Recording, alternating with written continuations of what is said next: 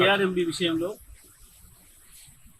CM Revanth Reddy, irrigation శాఖ మంత్రి ఉత్తమ్ కుమార్ రెడ్డి తప్పించుకునే ప్రయత్నం చేస్తూ ఉన్నారు.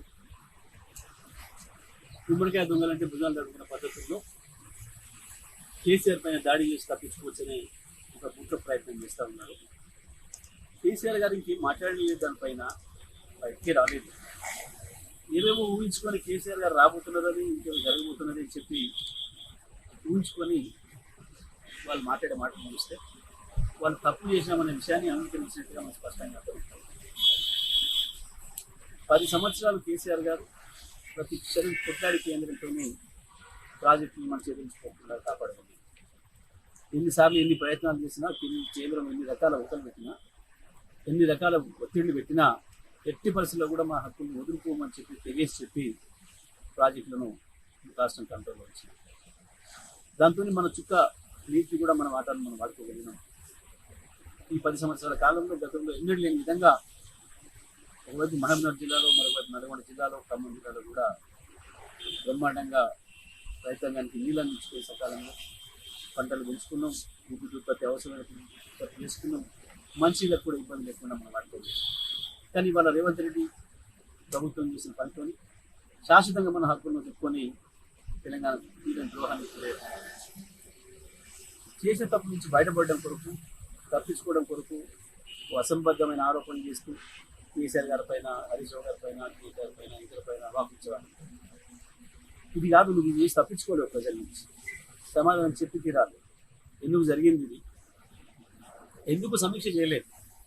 కేంద్ర ప్రభుత్వం పెట్టిన సమావేశానికి మన అధికారులు పోతున్నప్పుడు ముఖ్యమంత్రి సమీక్ష లేదు, ఇరిగేషన్ శాఖ మంత్రి సమీక్ష లేదు, అధికారులు వెళ్ళి చాలా ఆయాచితంగా అప్పచెప్పి రావటం, ఇవాళ వచ్చిన తర్వాత తన ఒక మాట మాట్లాడి తప్పించుకునే ప్రయత్నం లేదు.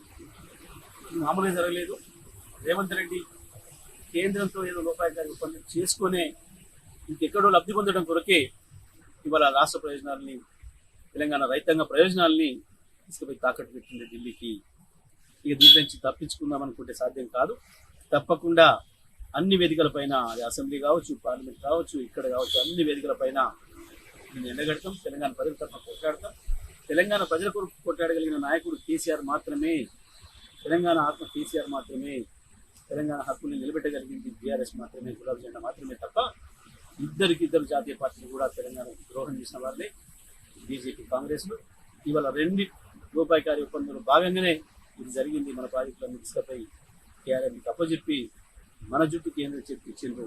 ఇవాళ రేపు తమాషా చూస్తారు. మొత్తం తెలంగాణ రైతాంగం, కృష్ణా జలాల రైతులు మీద ఆధారపడ్డ రైతాంగం అంతా చాలా దారుణమైన దోపిడీ గురి కాబోతుంది. మంచినీళ్ళకు కూడా సమస్య ఎదురు కాబోతుంది. ఈ 5 జిల్లాలలో మంచినీళ్ళకు కూడా మనం కృష్ణా నదిపైన ఆధారపడి ఉన్నాం. మనం మంచినీళ్ళు తాగాలంటే కూడా కేంద్రం అనుమతి తీసుకోవాల్సిన పరిస్థితి మనకు రాబోతుంది. కేంద్రం చేతిలోకి ఒక్కసారి పోతే ఎంత దుర్మార్గంగా ఉంటుందో పరిపాలన మనకు తెలుసు. రాష్ట్రం ఏర్పడ్డ నాడు ఒక్క సంతకంతో ఐపీఎస్, ఐఏఎస్ ఆఫీసర్ని ఇవ్వాల్సిన ప్రధానమంత్రి 9 నెలలు కూడా సంతకం పెట్టకుండా రాష్ట్రం పరిపాలనకు ఇబ్బంది పెట్టారు. అంతేందుకు ఇవాళ కృష్ణా జలాలను మా వాటా తేల్చండి అని చెప్పి 2 రాష్ట్రాలు కూడా అడిగి ట్రిబ్యునల్కి అప్పచెప్పండి అని అంటే 9.5 సంవత్సరాలు పట్టారు అప్పచెప్పాలి. అటువంటి ఇవాళ ఒక్కసారి ప్రాజెక్టు వాళ్ళు చేసిన తర్వాత మన పరిస్థితి ఏమవుతుందో ఊహించుకోవడానికి చాలా భయంకరంగా ఉంది. తప్పకుండా దీనిపైన ప్రజల్లో ఎండగడతాం, ప్రభుత్వం మెడలు వంచుతాం. మళ్ళీ మన ప్రాజెక్టులు మనం తీసుకొచ్చేంత వరకు కూడా ఎట్టి పరిస్థితులు కూడా కేసీఆర్ గారు వదిలిపెట్టేది ఉండదు.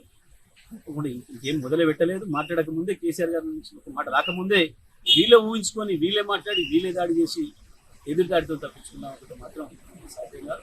తప్పకుండా తెలంగాణ ప్రజల ముందు వీళ్ళిద్దరు కూడా దోషులు నిలవాల్సిందే.